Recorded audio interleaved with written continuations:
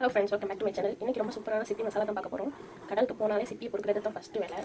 இந்த இடத்துல போனப்போ இவ்வளோ தான் கிடச்சிருக்கு. ஸோ இதை வச்சு இதுக்கு தகுந்த மசாலா போட்டு நம்ம இன்றைக்கி சிப்பி மசாலா சேர்ப்போம். ரொம்ப நல்லாயிருக்கும் டேஸ்ட்டு, உடம்புக்கு ரொம்ப நல்லது.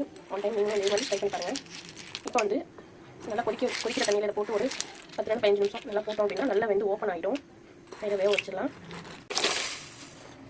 இதில் லைட்டாக கல் உப்பு சேர்த்துக்கோங்க.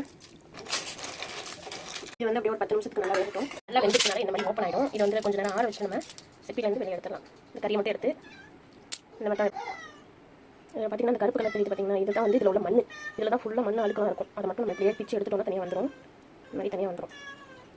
நம்ம இப்போ எப்படி வந்து சோத்திரத்தெல்லாம் கழுவுறப்ப ஒரு 7-8 தடவை கழுவுமோ, அது மாதிரி 7-8 தடவை நம்ம கழுவிட்டு போட்டோம் அப்படின்னா சுத்தமாக மண் இருக்காது. இது எல்லாத்தையும் ஆஞ்சிட்டு வந்துட்டு காட்டுறேன். இப்போ ஆஞ்சதுக்கப்புறம் இப்படி தான் இருக்கும்.